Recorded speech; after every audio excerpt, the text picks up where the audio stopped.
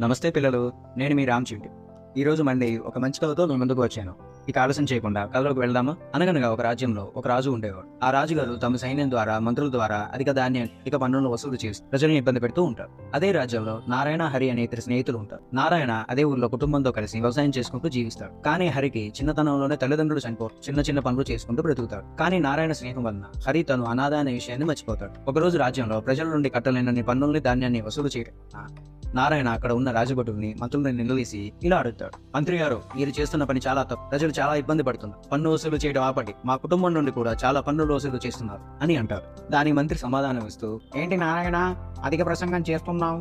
రాజుగారు చెప్పినట్టే చేస్తున్నావు. కావాలంటే రాజుగారి దగ్గరికి వెళ్ళి అడుగు అని బదులిస్తాడు. నారాయణ రాజుగారి దగ్గరికి వెళ్ళి, రాజా, మీరు ప్రజల దగ్గర నుండి కట్టలేనని అధిక పన్నులు వసూలు చేస్తున్నారు అని ప్రశ్నిస్తాడు. దానికి రాజు సమాధానం ఇస్తూ, నా పాలన వేయెత్తి నిందిస్తావా? భటులారా, వీడిని బంధించి కారాగారంలో వేసి జీవితకాల శిక్ష విధించండి అని ఆజ్ఞాపిస్తాడు. భటులు నారాయణ్ని బంధించి కారాగారంలో వేస్తారు. నారాయణ్ని కారాగారంలో వేసిన విషయాన్ని తెలుసుకున్న హరి రాజుగారి దగ్గరికి వచ్చి, రాజా, నేను నారాయణ స్నేహితుడు హరిని. నారాయణ తెలియక తప్పు చేశాడు. దయచేసి నారాయణను విడిచిపెట్టండి. దానికి రాజుగారు ఒప్పుకోకుండా, నీ స్నేహితుడు చేసిన తప్పుకు శిక్ష అనుభవించాల్సిందే అని అంటుండగా, సరే రాజా, అలాగే చేయండి. కానీ ఒకసారి నా స్నేహితుడిని కలిసి మాట్లాడే అవకాశమైనా ఇవ్వండి అని ప్రాధాయపడతాడు. దానికి ఒప్పుకున్న రాజు, సరే వెళ్ళి నీ స్నేహితుడిని కలు అని చెప్పి నారాయణ దగ్గరికి పంపుతాడు. అలా వెళ్ళిన హరి నారాయణ దగ్గరికి వెళ్ళి, నీకోసం నీ కుటుంబం అంతా బాధపడుతున్నాడు. చెప్పు మిత్రమా, నీకోసం నేను చేయగలిగింది చేస్తాను. నా ప్రాణాలను కూడా లెక్క చేయను, చెప్పు అని అడుగుతాడు. దానికి నారాయణ, మిత్రమా, రాజుగారిని ఎదిరించినందుకు నాకు జీవిత ఖైదు శిక్ష విధించారు మిత్రమా. కానీ చివరిసారిగా నా కుటుంబాలను చూసుకోవాలని ఉంది అని నిట్టూర్చాడు. హరి దానికి ఆలోచించి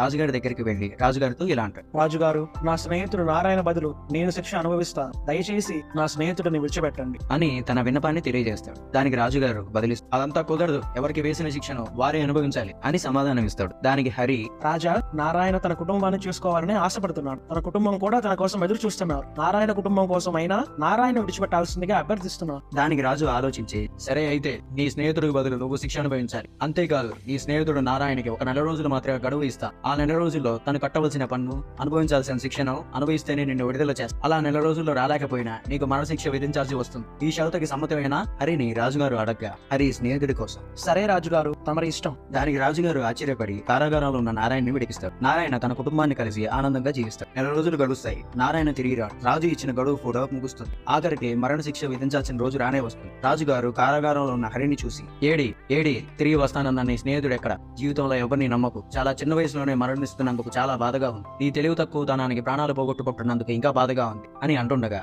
అంతలోనే ఆయాసపడుతూ కోటలోనికి ప్రవేశిస్తాడు నారాయణ. మిత్రుడు హరిని కౌగిలించుకొని, ఇంకా ముందుగానే వద్దామని ఎంతో ప్రయత్నం చేశాను మిత్రం, కానీ దారి పొడుగున అడ్డంకులే. నీ దయ వల్ల నా వాళ్ళని చూడగలిగా, వారికి జీవనాధారాన్ని ఏర్పాటు చేయగలిగా. నేను నీకు ఎంతో రుణపడి ఉన్నాను మిత్రం. అక్కడే ఉన్న రాజుగారికి పన్ను డబ్బును చెల్లించి ఇలా అంటాడు. రాజుగారు, ఇదిగోండి మీకు చెల్లించాల్సిన పన్ను డబ్బులు. ఇక నేను నా శిక్షను అనుభవించడానికి సిద్ధంగా ఉంది. నా స్నేహితుడిని విడిచిపెట్టండి అని అంటాడు. వారి స్నేహాన్ని చూసిన రాజు, ఓహో, నా జీవితంలో ఇంత త్యాగబుద్ధి గల స్నేహితుల్ని చూడనే లేదు. మీలాంటి స్నేహాన్ని, మీలాంటి మిత్రుల్ని నా రాజ్యంలో ఉన్నందుకు నేను ఎంతో గర్వపడుతున్నాను. చేసిన తప్పుకు నన్ను మన్నించండి. ఈనాటి నుండి నేను కూడా ప్రజల యందు ప్రేమానురాగాలతో ఉంటాను. ప్రజలకి పన్నులు కూడా రద్దు చేస్తున్నాను అని చెప్పి ఇద్దరిని విడుదల చేస్తాను. పిల్లలు, ఇంతటితో కథ అయిపోయింది. ఈ కథలో నీతి ఏంటంటే, నమ్మకమైన స్నేహాన్ని కలిగి ఉండడం చాలా ముఖ్యమని తెలుసుకోవాలి. తర్వాత కథలో మళ్ళీ కలుస్తాం.